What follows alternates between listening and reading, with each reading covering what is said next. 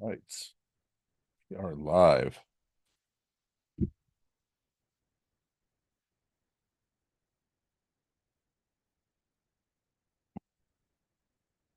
And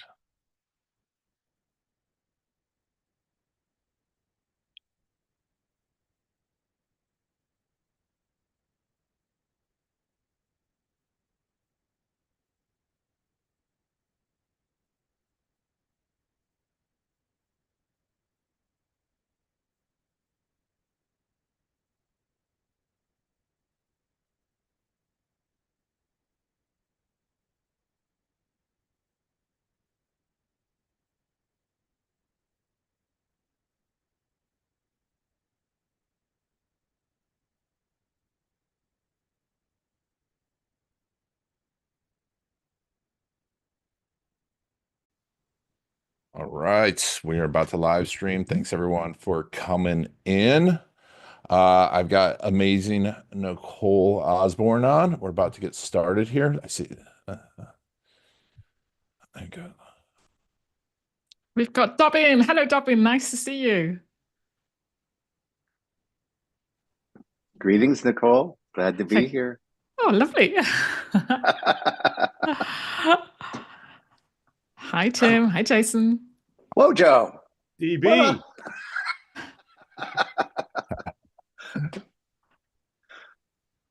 Jason, I've been admiring your beautiful bookshelf. You did a show with Ian really recently, right?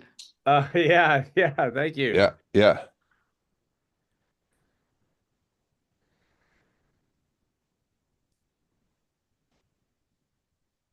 All right. Well, we're about to get started here. I'm trying to figure out where my extra oh, there we go. That's where I'm getting. I had like 3 YouTubes up, and I'm like, why am I hearing myself 3 times? Nicole, can you hear me all right now? Yes, I hear you beautifully. Thanks, Ian. It's my first time trying this out in a while. Thanks everyone for joining. I've got all the members on Zoom, and thank you all for being here. In this live episode of the Garlic Marketing Show, and thank you all for watching on YouTube. Some show notes, of course. We're going to talk about making LinkedIn easy today, and really some of Nicole's ways of growing her client's business. She's amazing. I've seen it. I've talked about it. She can't tell you who her clients are because they don't want to be known. They don't want you to know who she is either, but I'm going to show you. She's doing such a great job for them. But we're also going to talk about how, towards the end, how we're using LinkedIn and YouTube together for both us and our clients. I think it's a powerful combo when you think about it the right way. And then we're going to do some hot seats. So members, if you're in the Zoom call, if you want to do a hot seat, just put it in the chat whenever you're ready. We'll first come, first serve. And then after we're done with the members who are on the Zoom call, we will do anyone that's on the YouTube channel watching this live on YouTube. If you want a hot seat, if you have a question, we'll answer those to the end.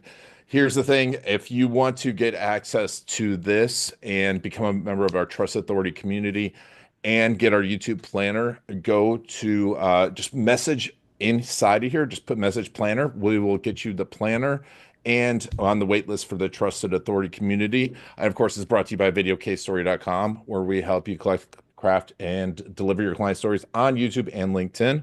All right, Nicole, let's get started. And Nicole, before we get started, let's talk a little bit about your background, how you got so into LinkedIn, and then we'll move on from there. Oh, Ian, thank you so much for having me today, and lovely to meet everyone in your community, some known faces already. Ian, you and I, we met last in London, and I was surprised by how tall you are as well. Used to tall people. I always tell people that. I'm like, yeah, I'm much taller than I look on TV. I say the same, everyone. I'm 1 meter 80, so pretty tall for a German. So I'm Nicole from Wunderstars. I am a German living in the UK. I am a marketing coach and particular focus on really helping agency owners getting the best clients possible via LinkedIn. Why do I love to work with agency owners? Well, they get the importance of marketing, they get the importance of building trust and authority, so I don't have to spend my day explaining it. Not that I'm impatient. But also, LinkedIn is such a great opportunity, particularly when you are providing a service. And I know, Ian, you've got a lot of service providers in your community as well, where, frankly, there's probably a lot of competition. So how can you really set yourself apart? How can you stand out from the competition as the trusted service provider with the expertise, with the authority? And I'm totally biased. I think LinkedIn is the most amazing tool for that. I was chosen amongst 30,000 people in the UK to be on their first content creator program. So I was trained by them directly. It was 100 of us. So I'm very, very biased. But yes, I've focused on LinkedIn for years now. And I don't know about you, Ayn. I mean, we all do LinkedIn for different reasons on promoting our business. But for me, I would love to have a really good bank balance, fun clients, a great reputation, and I particularly work with clients mostly outside of the UK. So LinkedIn is just perfect for that because you can connect with people from across the globe, and it's really easy to get the attention of the right people. So this is why I'm here for today. How was that for an introduction? That's fantastic. And I know we have some attorneys on, we have some consultants. Mm, Folks, LinkedIn, I think, even if you're in B2C, right? If you're in high-end yeah. B2C, if you are a cosmetic dentist, an attorney, and you want high-value clients, they're on LinkedIn. And in fact, no offense to people on Facebook, but people, that work hard, have money, and they spend more time on LinkedIn. So it's a great place to connect with them. And also, we'll talk a little bit about the referral strategies towards the end, because I know a lot of our clients are getting a lot of referrals from them. I just Mhm. was talking to a client the other day that's like, I'm getting referrals from attorneys that I don't even know, because of the combined strategy. And, when I was in commercial real estate, I'll tell you about that. I actually got my biggest lead ever off of LinkedIn from the UK. Mhm. So, I'll talk about a Yeah. little bit at the end too. But Nicole, so, I think everyone wants to know just what's the biggest mistakes I think that people are making on Mhm. LinkedIn? So let's start there, because I think that's the place where we all need to focus. Yeah, do you know that's a great question. Even though I like to keep it positive, but let's just start with what people really where they go wrong, because those are some really quick wins for people. So first of all, LinkedIn has changed so much. I remember meeting one of the co-founders when I was working for the Institute of Directors at the Royal Albert Hall. He was delivering a talk. And back then when we were all wearing our suits, and obviously there's nothing wrong with wearing suits, but LinkedIn, I love suits. I used to have tailored suits. LinkedIn used to be this platform where we just uploaded our CV, our curriculum vitae. Apologies, Germans never pronounce words with V's very well. And it was literally just a platform where we went to find our next job. Now, yes, LinkedIn is still about recruitment, and it's really helpful for that. But essentially, LinkedIn has got about 9 billion members globally. They go there to learn, to network, to find new business connections, to be entertained. So when we, as the user, whether we are using it for our business or we're hoping for that next big promotion, maybe we want to become a VP of marketing, when we just view it as a recruitment platform, you're really losing out Yeah. because you probably I see a lot of nodding in the Zoom room. Thank you guys. I always like to see some nodding. Um, when you view it so when you just not making it sound like you're approachable, that will put your audience off because you're putting up this barrier. So I really want you to have a look at your profile and just think about, if someone sees this who's never met me before, what signals am I sending into the LinkedIn space? Am I an approachable expert, or am I that kind of expert who is Mr. Know-it-all or Mrs. Know-it-all? And frankly, it's particularly if you're an agency or a coach, who wants to learn from someone who is always perfect? So think about of not making it too formal. It is not just for recruitment. It's there for you to show up to your ideal clients in the way you want to be seen by them. So next thing I'm touching on this. So first, don't think of it as just for recruitment. But the second thing, really think about why you're using LinkedIn. Um, and I say this so early on because people come to me and say, "Oh, Nicole, it feels like I'm just shouting into the void. I don't know what my audience likes. I get content crickets, no engagement, and no one is replying." And obviously, when that happens, you don't get the results you hope for, which is basically to be noticed by your ideal clients. But at the essence, it's because people haven't thought about, okay, so what would my audience want to hear from me? How can I set myself apart? What makes myself, my business, my team, my processes, my culture is so different. So if you don't know who your audience is or what they're interested in, and generally would find as valuable, and if you don't know what sets you apart, your team, your processes, your cultures, your unique ways of doing things, then it's actually really hard to put content out there which will resonate with your audience, right? Because resonating is all about finding something in common and offering something of value, plus inviting people to communicate with you. And Ian, I'm taking a little break here because I've just been shouting lots and lots of things at you. But the final thing is really so don't look at it as too formal. Know what your audience likes, know what you bring to the table, and then make it easy to comment on your post. That's my biggest bugbear. Because, if you think about it, Dublin, when you scrolling LinkedIn, I know you as a really comfortable kind of communicator. You deliver talks, masterclasses, that kind of thing. But if you read my posts and all I'm asking you, oh, are you struggling with the same? Dublin, even you as a confident communicator you are, you probably wouldn't say anything because we are on social media to make ourselves look good. So you don't want to admit to struggles or anything you're doing wrong. If you're a lawyer, you don't want your clients to think that maybe you have a challenge with your admin. So don't ask questions which invite your audience to admit their struggles. Turn it into something positive. Is there maybe a win you can share? Is there another tip you can share? So really think about making it really audience friendly to engage. So those were really the three things, Ian, and I hope that's helpful.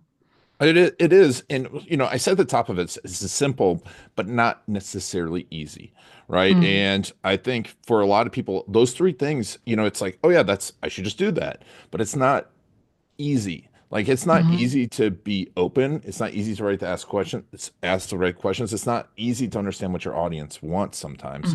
So let's start with that. Like, how are you using LinkedIn to figure out what your audience wants? Great question. And I hope our live audience will add some questions as well, and everyone who's watching this on replay.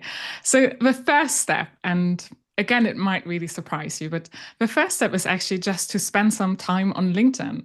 Because with any platform, when you get started, it's probably going to push you out of your comfort zone, all the latest features. It might be really confusing. So spend some time on the platform. See what kind of posts from people in your space get engagement. Take a note of their techniques. Now, I'm not saying copy their techniques, but just try and figure out why is this working? And then try and find your own style. The other thing I would say, if you don't know what your audience likes, try and hang out with them more. A bit like, Ian, you know what you're doing. You've built your community, people come together. And if I was trying to sell a service to your community, just by hanging out with everyone, I would get a better understanding of what other things they're hoping to achieve, what other things they struggle with. So make an effort to hang out with people. And sometimes that could be attending a LinkedIn event. Obviously, I had to get LinkedIn there again. Or it could be joining a community, or it could just be reading the trade journals. If I'm a marketeer, I'm probably very likely to go to the Chartered Institute of Marketing or the Content Marketing Institute or Social Media Examiner, because that's where marketeers hang out. That's where we learn and connect. So join those communities. Now, the other good thing about LinkedIn is you can test content ideas, because it's not like, in the old days, we had to go into print with everything. And before we got any feedback, the mailing shop was sent, the brochure was printed. On LinkedIn, you can literally post something and watch other comments, how is the audience reacting? And then you can evolve things. So those are really three easy actions you can take to get to know your audience better. The worst thing you can do is to just hang out with your peers and then just post topics your peers would be interested in. Now, whilst it's great, for me, it's really amazing for other LinkedIn trainers to comment on my posts, and they regularly do because we know each other. But I want to reach the people I can work with. So it's much more valuable for me to target my post to that person who struggles with LinkedIn, who struggles how to make up their unique voice, or who struggles with putting a strategy together, or they've got a strategy and is gathering dust. So if I talk about that, it's much more valuable rather than me talking about the LinkedIn algorithm and the latest research report coming out, because that's the stuff my peers and I are interested in, but not necessarily the person I want to help and work with. So really think about who you're pitching your content to as well. That makes a huge difference. Yeah. And, I want to come back to that because I think, there's some people in here. I'm a big Mhm. fan of having referral partners, strategic Yeah. partners, with you and I sharing each other's content, and, referring back and forth. And, if someone is curious about LinkedIn or needs help with LinkedIn, obviously you're here for that. And, we've got I've got Tim on here who does a great job of Mhm. speaking to attorneys, and that gets their attention too. And so I want to talk about that, but I want to come back to the listening and testing. Can you get an example of of how you listen and then come up with ideas to test on LinkedIn? Yeah, so I'm most likely to test new formats because I always think people buy from people essentially. And I know Ian, you're a great supporter of, people actually buy from stories. Now, one way to really share stories on LinkedIn is by actually showing up as yourself, by having some photographs, lifestyle photographs, naturally looking photos, nothing too stylized. So to test that, you could just for a month, just have 1 month where the majority of your posts are all photo based. Um, and then the next month you could go in all text or a combination of all text and all video. So testing the format and then closely watching the analytics. Now, what I would say that you need to allow it some time for it. Yeah. I often work with really busy agency owners. I guess this is what I specialize in, someone who's really busy. And then it's like, Nicole, we've done it for a week. What does the data tell us? I've got Dobbin is smiling now. You got to give it some chance. And also realize that on LinkedIn, where some people love text only posts, some people love videos. Now, obviously, video is, I would definitely encourage you to start with video now. Some people just love a simple poll. So have a variety of content media so that you can actually appeal to different types of audiences. Now, what I would say, and this point is really worth highlighting, because you look at LinkedIn analytics and you might be using some additional tools. So you probably see things such as engagement rate, page views, unique visitors, all of the lovely stuff. But really, what matters is how many good conversations did you have in the DMs, right? How many people did you have responding to your post, which actually then turned into a really good prospect and then into a client? So I would encourage you to, yes, the vanity metrics are absolutely amazing and you need to keep track of them, but really keep track on to the kind of conversations you had. Yeah. And which ones could you really turn into clients? Just to give you an example, I came up with a call earlier from a client of mine, and he's Scottish based in the Netherlands and is trying to get some more clients, a service provider trying to get more clients in the US. So we've been working on his profile for a while to be more relevant for people in the US. And just 2 weeks ago, he sent out a connection request to someone. This person visited his profile, must have seen absolutely right content, and they are now working on a project which is worth 140K if it comes through. That's dollars. So sometimes, yes, that is an amazing result, and obviously I would highlight this. But sometimes you just got to make sure that your profile looks right, and that when you then reach out to someone, you're also around then to open the conversation and respond to it. So you can't just post and expect the world, you're going to take over the world. It takes a Yeah. little bit more. But it is possible. And I have to say, when we took on this particular client, he's always had content.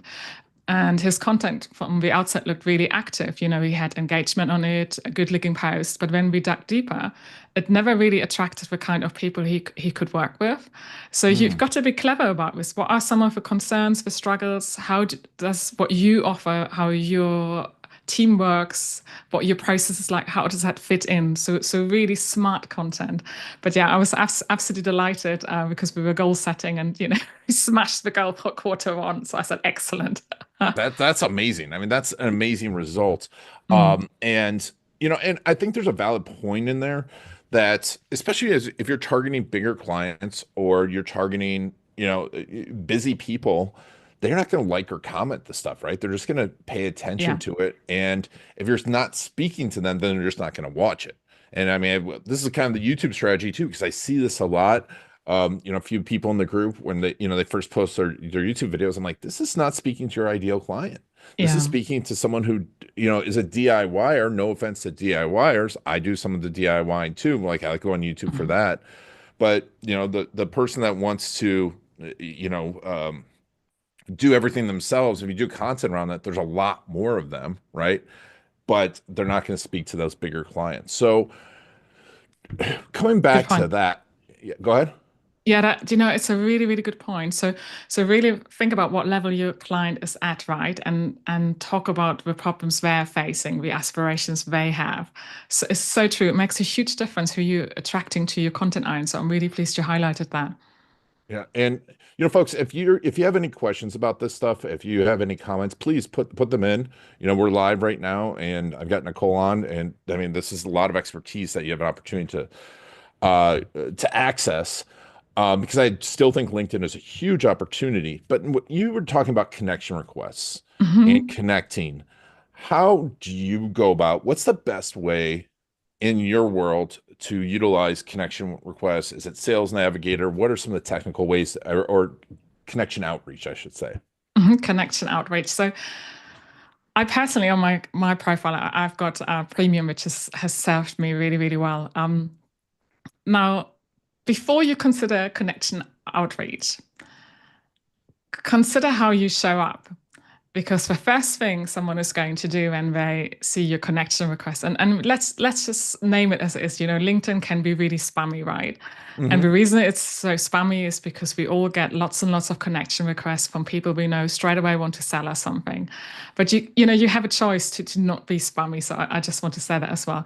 So think about when you send that connection request, then that person thinks, okay, I'm going to check him or her out. What will I see? Do you have content on your profile which actually speaks to them? Is your profile optimized? Is it up to date? So before you do any active outreach, please take the time, just maybe for one afternoon, either with someone in your team or yourself, update your profile, make sure it's the current website on there, the current lead magnet, the current telephone number.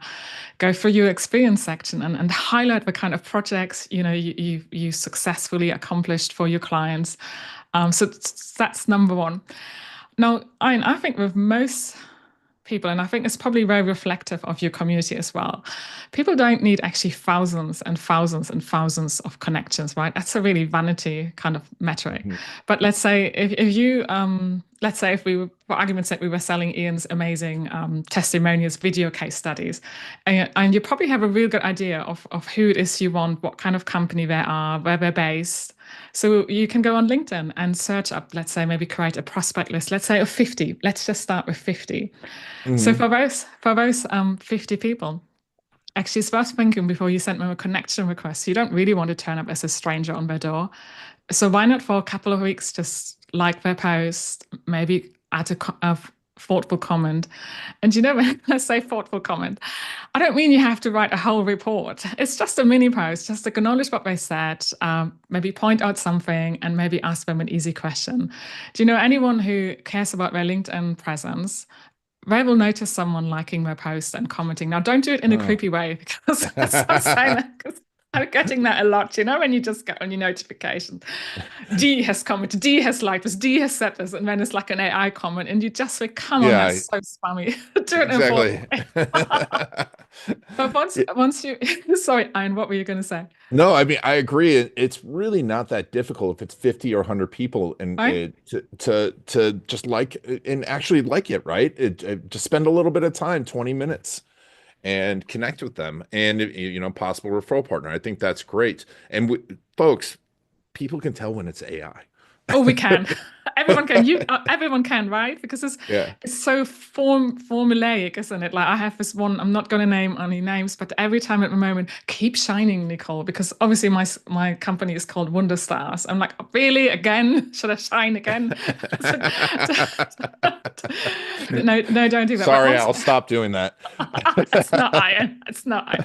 But once you have warmed up, then go in and message. And my favorite kind of post for this sort of situation is when I've warmed up a few people, is to create a poll. So think about a question. So at the moment, I'm selling LinkedIn strategies. I've got a waiting list opening up for the next slot in April if anyone's interested. So I talk a lot in my pulse about, how you're getting on with your LinkedIn strategy, and options are, yes, it's gathering dust. No, we're really happy. Oh, don't know where to start. Now, if you think about it, if I'm selling LinkedIn strategies, anyone who now comments or votes on my poll, I can now reach out to. Oh, how come you said that? That's really interesting. And just gently start that conversation. So I recommend you first have a prospect list, which is not so huge that it's unmanageable. Either yourself or someone in your team help you building up those connections, warming them up, and then reach out, find something in common, and say something thoughtful, ask something easy for them to answer. But it's really important just to take that time beforehand, because if you're not after thousands and thousands, it is achievable it's kind of almost always compared to I've been married now for 20, blah, a lot of years. Met my husband 30 years ago. And we dated for a long time. We asked each other questions. We found out where we like to go on holiday. What do we like? And do the same on LinkedIn. Make time to see that person as a person.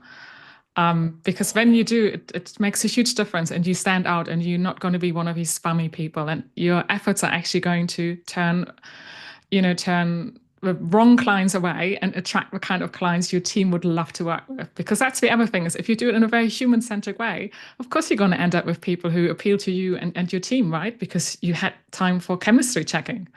Yeah. And Jason's on here, Jason Wojo, Life and Air, and they have an amazing, I mean, I did some of the case stories from interviewed their clients, and they have events with business owners, and they have this amazing business, and it's, local business owners.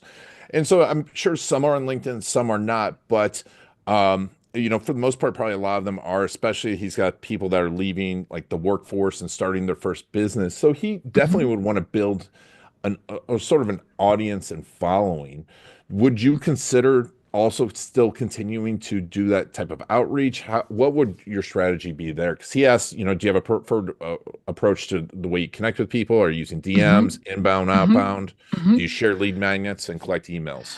Yes, a really, really, really good question. So personally, in my own business, what's been really successful is to get on podcasts, or speak to communities and share my tips. And then at the end of it, I will share a lead magnet. So that's a really good way, using channels beyond LinkedIn to build your audience. On LinkedIn itself, so providing that, let's say you're an attorney and you know exactly what kind of person or what kind of company you're working with, go on LinkedIn search, advanced search, and you can do this through obviously a navigator as well. It will make it slightly easier. And search for the kind of events they would be attending on LinkedIn. And I absolutely love this method. So, because once you do that and you find an event and you register for it, now you don't even have to attend it. Of course, you can if you want to. But as soon as you're registered, you can actually send a connection request to everyone else who has registered. And, if you just said, hey, Ian, I've noticed you're going to this event next Wednesday about blah blah blah blah. Yeah. If that's your thing, let's connect. So I really like that as a sort of fast method, and Dobin is giving us a thumbs up, and Jason is nodding as well, as a fast method of really looking for relevant people and not doing it in a spammy way. So looking up events. So the third thing then. So as you know, I work a lot with digital agencies, and I'm a member of the Bureau of Digital. So I will really make an effort to comment on Carl's post. So Carl is the guy who leads up the community. Obviously, when Carl says something, his community listens and they interact.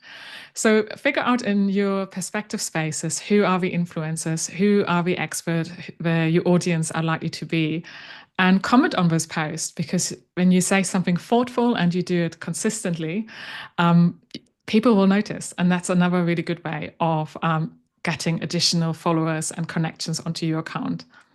I love that. That brings me to the kind of the YouTube strategy that we're thinking about too with our clients and with us, and it's been definitely a growth pattern, because you said like shows getting on podcasts, is going to YouTube and seeing which people have really big shows on YouTube, and then connecting with them on LinkedIn, because YouTube is bad for messaging, but it's great for longevity of the content. I literally, one of the guys in the group, Tanner, I did a podcast with him, I think 5 years ago, 6 years ago. and someone just saw it and hired him, a huge client Yeah. 5, 6 years later. But that, to your point, is finding those strategic partnerships and then connecting with them and engaging them. I think that's a great way to do it. And there's so many of those out there. So Can many I, of those. right? Can I Yeah. just add like a little story to that? And Yeah. and I think you and I we originally met through Jason Swank, right? Because you Yep. featured on his podcast, I featured on his podcast. Do you know a client of mine in the SEO space, so an SEO strategy consultant? So we actually just met last night for dinner. And this is relatively recent, but he came and said, "Look, Nicole, I just want more clients." But what happened then as we started working together, because we really elevated his content game. Do you know he had a really great name in the SEO space, Rand Fishkin, mentioning his post in Rand's LinkedIn feed. So my client got in touch and they're now going to do a LinkedIn Live together. And I'm so delighted. And it's also resulted into a speaking gig, into a guest spot.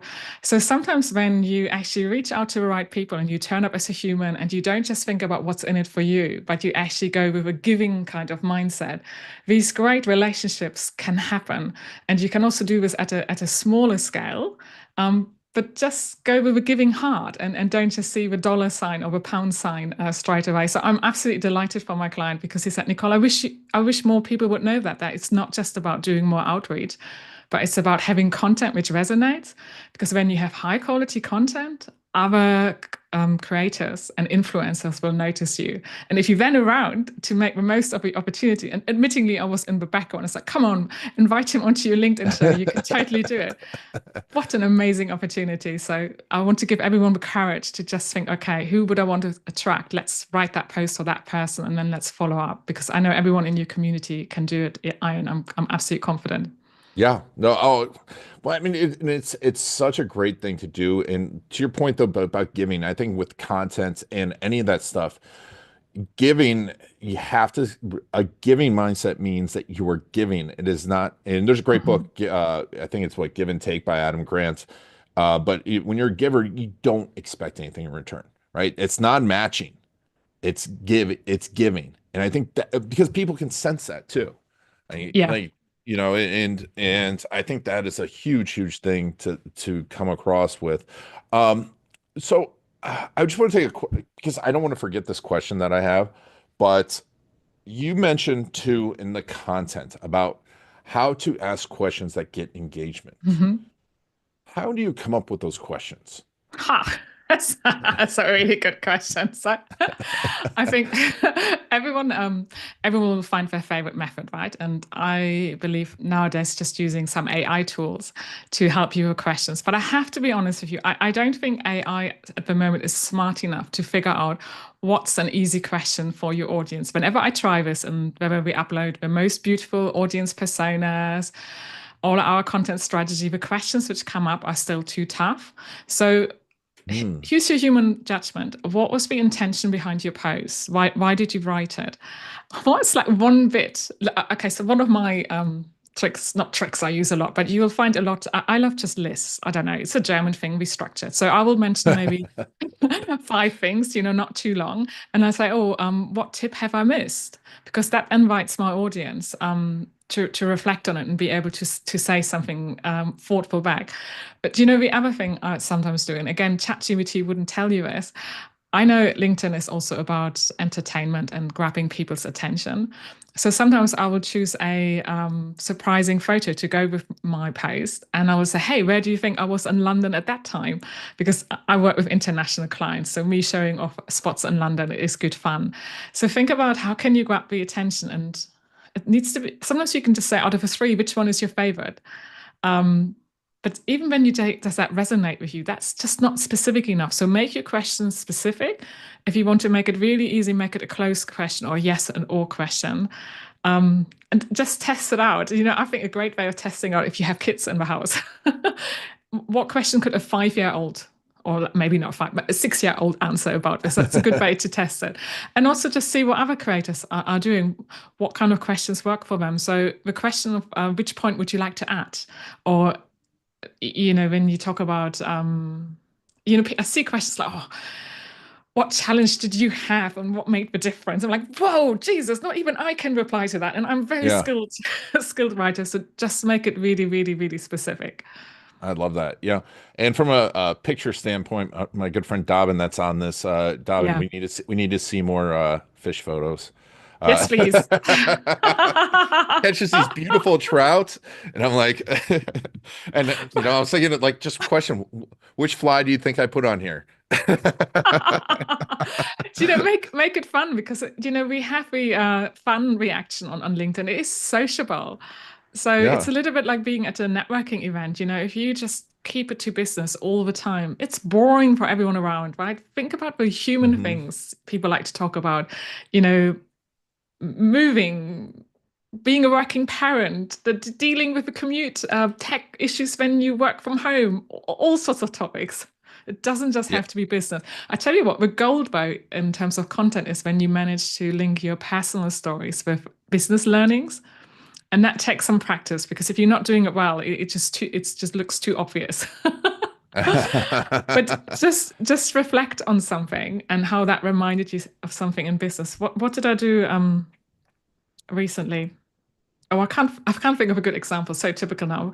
Um, but just think about something which happened in your day and how you can link that to something, a message you want to share with your audience. I remember I had my biggest impact in terms of content then.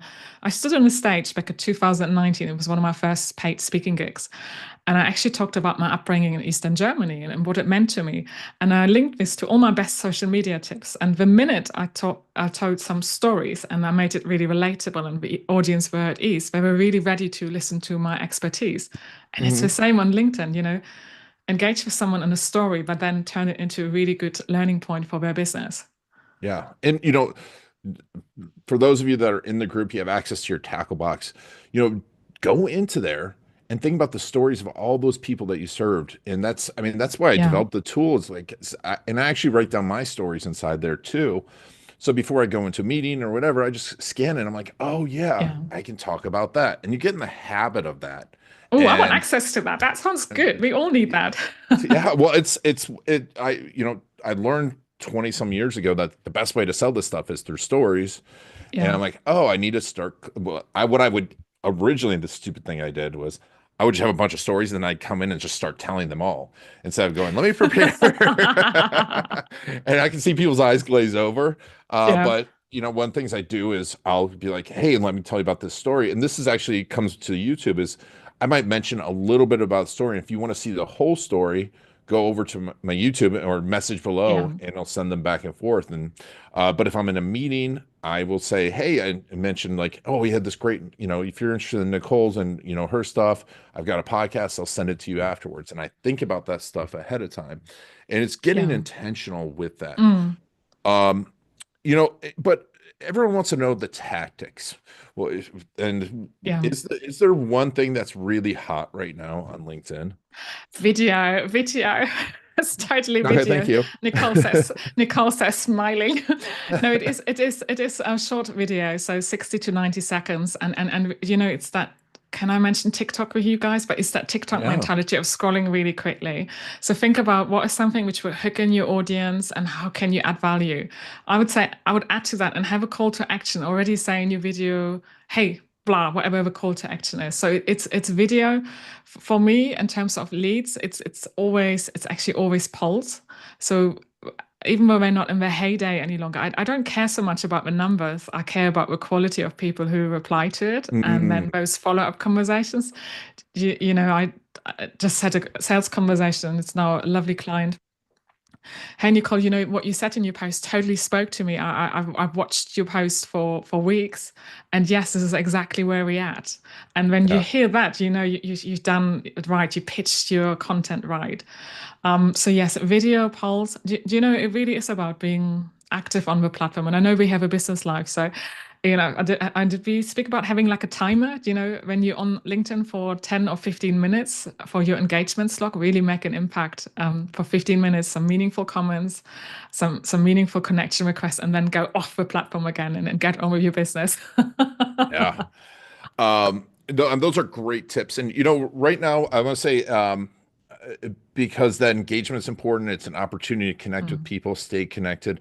But I want to go into some deeper tactics. And if Hmm. you're on live and you want to go into and you want your profile reviewed, just put a link in either on YouTube or on if you're in the Zoom, put a link to your profile in the Zoom, and I will do those in a second.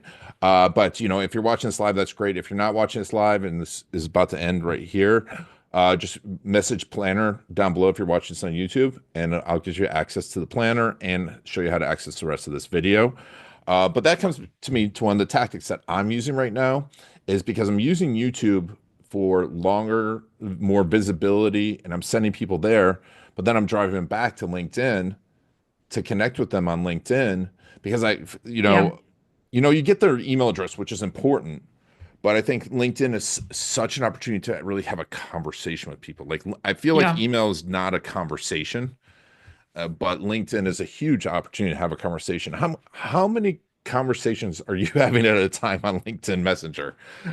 Do you know, I'm very mindful of my energy levels. So I rather have 5 good conversations a day, and that's it. That's Then so like being on, I can't, I don't want to, I don't need to, because I don't need that. I'm not looking yeah. after hundreds of clients. So quality, okay. But what I wanted to highlight to what you just said, I think it's so clever when you link up different platforms. And I know we will talk about YouTube and LinkedIn in a little while.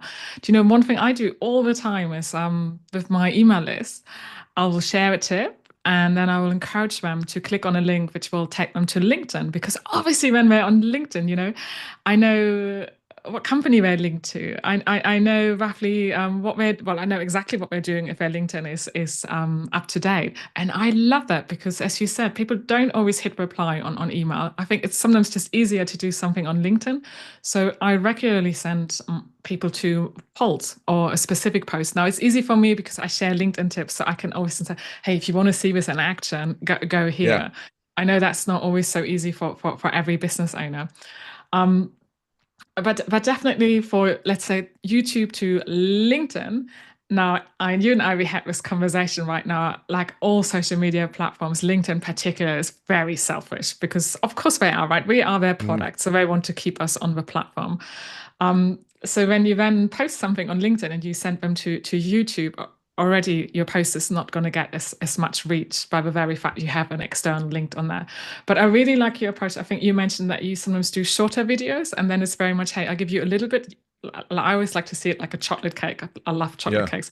So I give you like three slices of a chocolate cake here in the short video, and in the video on LinkedIn, and 3 bullet points as well in the post. But if you want the entire chocolate cake, go here, or comment with this word, and I send you a link. That's another way of doing it. So kind of Yep. give a flavor of what you have to offer. Already give some value, but raise that curiosity. If you want more, go here. If you want more, say this in the comments, and I will DM you. Yeah. And that's what I do. Say I DM them Mhm. back to YouTube. But what we're Yeah, doing is feeding each of the algorithms. And the other yeah. thing I've started to do too is, to get people to my YouTube videos on a regular basis. And I mean, I can Thanks, share it. Evan. Yeah, is I actually will on my YouTube video say comment below, like I did with the planner, and thanks, Dobbin. We'll see you later. I did with the planner. Just kind of meta, right? I was talking about the planner. Someone comments below. I'll actually send them over to my LinkedIn newsletter that will have the Mm-hmm. planner, Mm-hmm. and I'm getting a ton of engagement on my newsletter. And the newsletter is actually just basically a transcript of the video, linking it back to the video, but with the planner access. And so, Fantastic. And you then have the searchability on LinkedIn as well with terms of a newsletter. And they get a notification when you have a new issue, right? And the lovely thing about a newsletter, and we were chatting about this, first time you launch it, everyone in your network gets a notification out. That's like marketing on steroids, right? yeah. Well, yeah. I mean, I'm up to like I think 1,500 Well subscribers, done. and all I did is I've posted 5 or 6 newsletters, and it's on there, but I'm driving people back. But what I love about the newsletter too is, to your point, when you can see who was watched it and also Yeah. who's subscribing, and it's another way to communicate with people. Yeah. And that's why I want to feed more people to it, because right now I think LinkedIn you got to think about that the platform too, what they want, and you got to give that to them. Absolutely. And we want to keep us on the platform. So we've got someone in the chat with sharing their profile. Should we have a look at it? Yeah, let's take a look at this. My friend and client Anil. He works with high net worth individuals in New York City. Fantastic. And yeah. Would you like me to share Yeah, you my click on and screen? share it. Yeah, share your screen. Great. Okay, let's have a look. It's always exciting to see LinkedIn profiles. Yeah. Right. So, Ian, can you see Anil's profile? I can see it now. Oh, excellent, excellent. As we all know, sometimes Zoom doesn't travel as far. Okay, so let's start at the top. Anil, first of all, thank you so much for submitting this profile. Anil and I are really, really grateful, and we hope that everyone watching live and the replay viewers will really just find it helpful to see what things we're looking at, and from the community particularly, any questions you have, let us know. We will follow up. So, Anil, I love it. I first love it that you have a really nice photo of yourself. You know, you're smiling into the camera. It looks approachable. Because if you think about it, no one really likes to work on their taxes. So the fact, obviously, tax is really important. It's really, really important, right? It's like an investment tool as well. So, Anna, I think it's brilliant that you have a really sort of warm, approachable photo. Because the photo is one of the first things people see of you. I just wanted, on the right-hand side, you see here more profiles for you. And you see, all I see actually is just this little picture and just the first sort of 40 characters.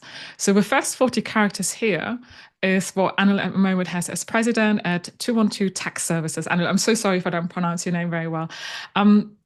So great picture. You've added that you have a professional qualification and you have a verified tick, which is great. I would say though, Anil, you could make your tagline work harder for you. So at the moment, it's that you're president at 212 Tax Services, which is obviously your company.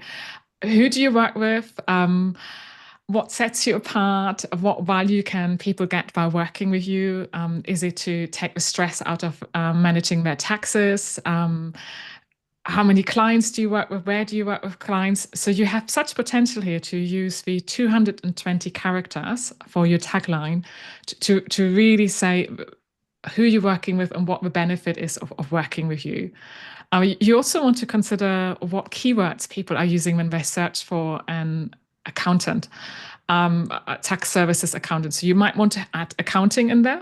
I know they're very closely linked. I obviously don't have the intricate knowledge. And if you are feeling brave enough, Anil, it's a personal choice. I always think your tagline under your profile, it's good to offer maybe 1 or 2 talking points.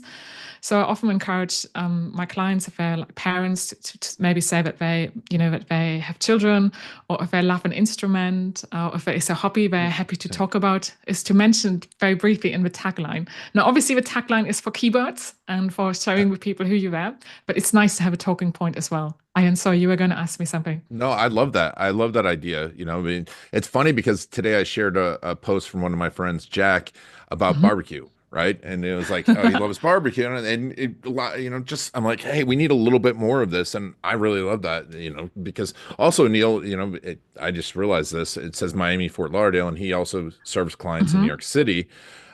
Which is one of his value propositions. So that would be really important too. It could be mentioned because the location is something LinkedIn pulls in automatically, but you could say, working with clients in these states completely.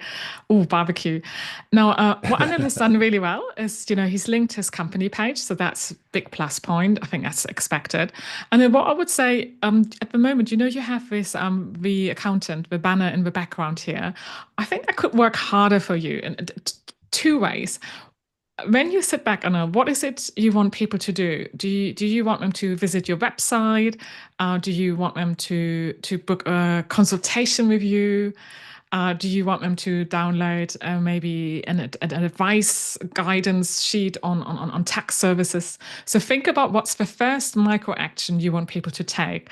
And when you know that, you could add a reference to that in your banner image. So I would say, think about that. What's the first step? And even if it's just to check out your website, then I would say that on the banner. So this could work harder for you. But already, can I just say it's really good, Anil, that he has a branded banner in there, because I see so many profiles when this is just like a gray space. And we don't want that at all. Okay, I'm raising my hand now. Ian, but you can totally ignore that. So the next thing, it's an automatic thing. I was wondering, I was like, oh yeah, the AI did that. Yeah, but like, going down now again, Nicole's not raising her hand again. So then the next section, now I have to be honest with you, not a lot of people look at the next section. But again, it's the about section. It's a marketing asset. And you really want to see how can you put the best bits forward. What do I mean by that? It's always a good strategy. I always recommend to have written it in the first person as opposed to the third person, because LinkedIn is built to create personal connections. So I would consider you writing it in the first person. Then I would have a first paragraph which really shows that you can walk in the shoes of your potential client. So, you've been helping business since 2008, which is amazing, and individuals with their accounting, tax preparation, tax planning since then. Do you often work with clients where they leave things to the last minute, or if their tax is just one of these annoying things they know they need to do? So maybe you can bring this. And do you ever find yourself, 24 hours before the filing deadline, you're still sitting there going through your receipts? If that's the kind of typical client problem you solve, I would try and hook that in the first 3 lines, make it a bit more intriguing. Use some white space there. So bring in, how do you help your clients? Maybe even already add a testimonial in there. And then most importantly, a little bit of personality. Maybe there's like an interest you can mention. Maybe it's just a taste in music, and finish it off with a call to action. And I would also say, think of the kind of keywords people will search you for, and try and add them in here as well, because that's going to help making you more searchable. So break up the text, have some bullet points, first person, and definitely a call to action.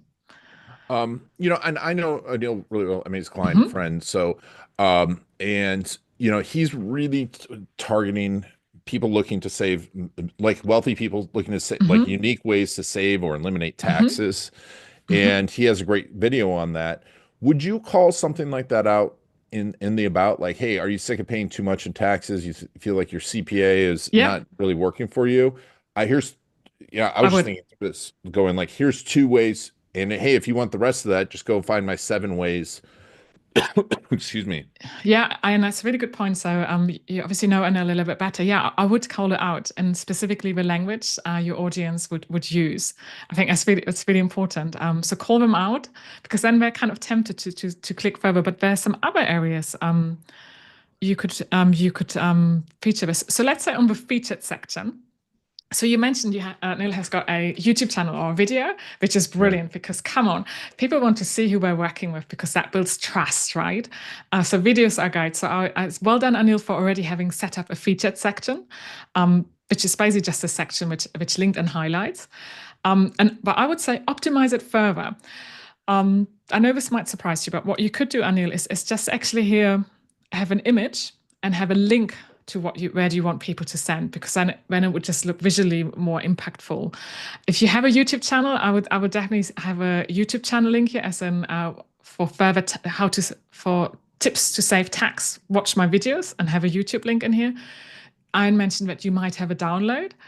So put that in here again, just the image and the link, no text, because when you do that, I'm just briefly going to show you how that looks on my profile. And I'm not saying it's the perfect way to do it, but look, when you have just an image and a link, can you see that moment? How it's just it looks the image? Great. Thank you very much. And then when I click on this link, the first one is onto my calendar. Later on, it will be to a YouTube video. It goes straight onto that link. It doesn't come off with saying, "Hey, are you leaving LinkedIn? Don't leave LinkedIn," kind of thing. So I would recommend just have an image, don't write any text, and that link, or just minimal text. But let's go back. Right, so some ways here to spruce up the featured section. And Anil, wonderful done for having a featured section. Look, the posting schedule looks consistently regular. That's brilliant.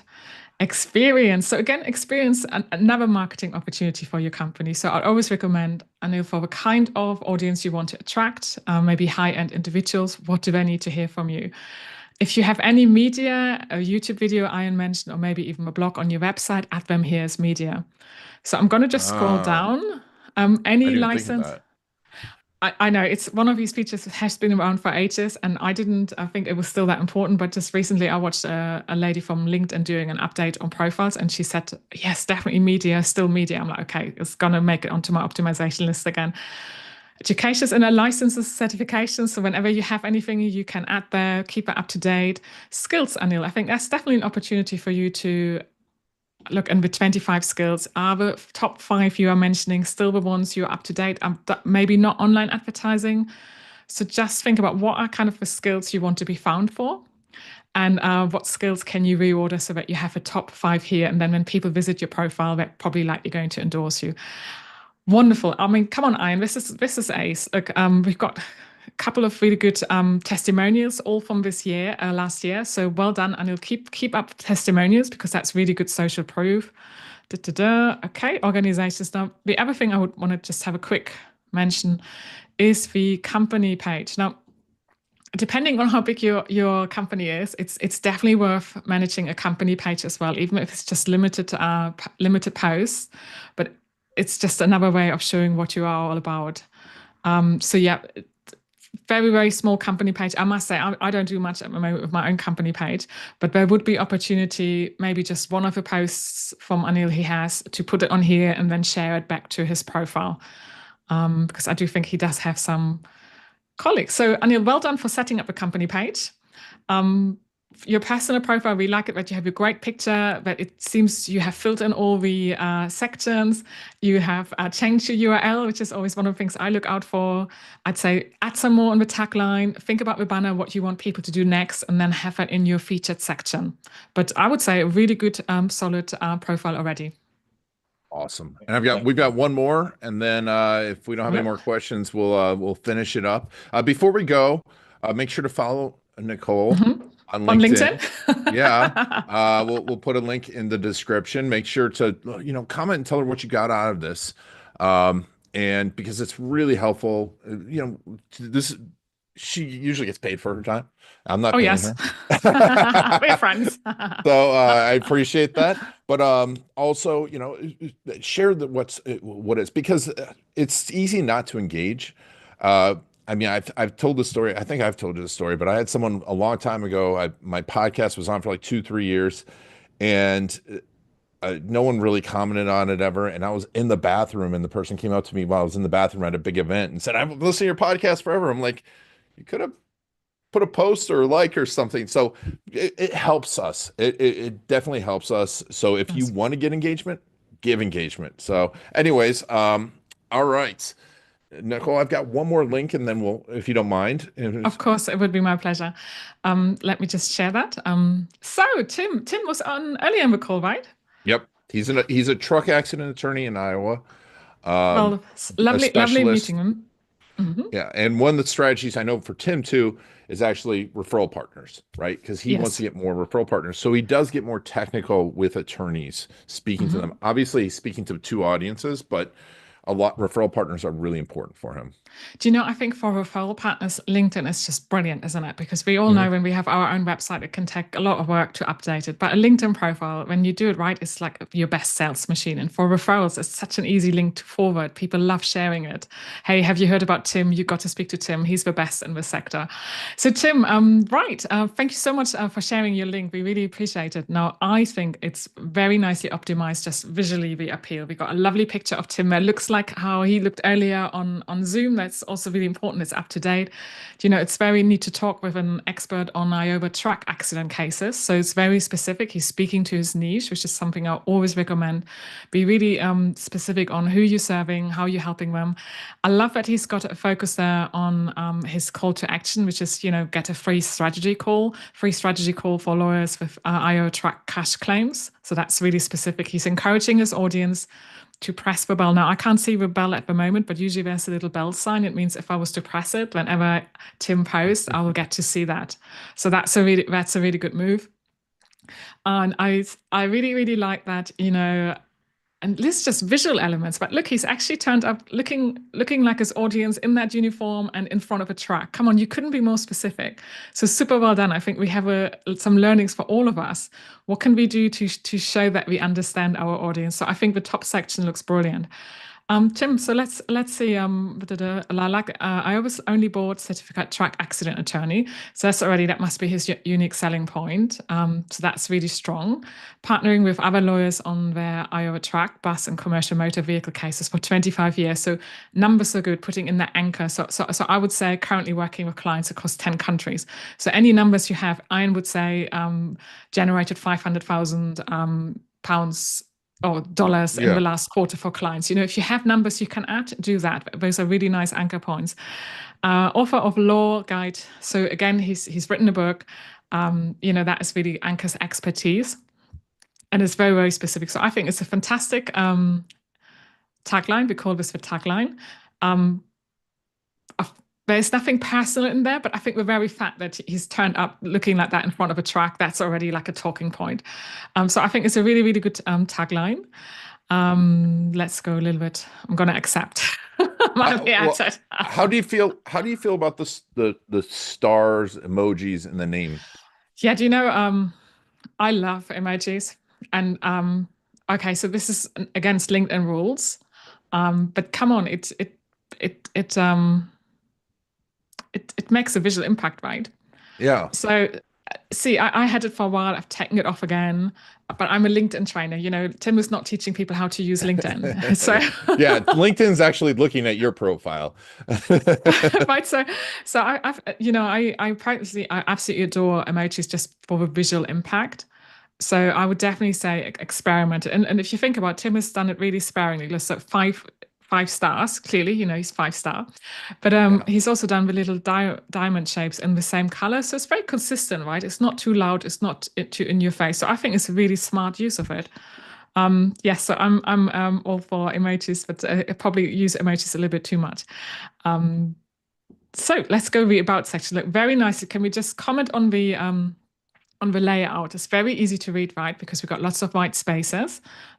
Good use of emojis, and the way he goes into it, is someone asking for help after a serious truck accident in Iowa. If you think about when you come across a profile, you probably only see the first sort of 2 to 3 lines, depending on whether you're on mobile or on desktop. The majority of people access LinkedIn on mobile, and it's really nicely optimized because if I just had a truck accident or one of my clients just had a truck accident and I need support from another attorney, I'd be like, oh, that's the person I need to speak to. So that's really well optimized. Truck, why talk to me? And contact details. So yeah, I think that's the dream ticket of an about section. So he's drawing in the audience. He's making it easy to read what he's about. He's even, used bold and emojis now for accessibility. Automated screen readers. So this could be a little bit clunky, but it's kind of a choice you need to make. Why talk to me? Yeah. Do you know the only thing I would add? Is maybe just a little bit of a personal touch, Tim. What do you do outside of work? Just an additional talking point, but I think it's a very nicely optimized about page, and I'm glad we could show this to your community, Ian, because there's a lot of learning points in there. Featured section.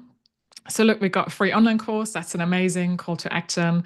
I'd say you can take off all the text when it would click through it, because I'd just show you when you click on it at the moment, it goes onto this annoying this first, and then it goes over. So I would say if you can, don't have less text on it. Have less text on it so that it clicks immediately. So going back to the about section, then he's got a free download guide. Perhaps a third one would be like a booking link. I don't know if Tim gives away like short consultancy calls. That could be a third one. Look, what I also really like, can you see how his image, because he's given it the on-brand yellow kind of gold background, that draws our attention, doesn't it? It's quite an easy thing to do, rather than just having the natural background, give that your brand color. I think that's a really good way of standing out in the LinkedIn feed.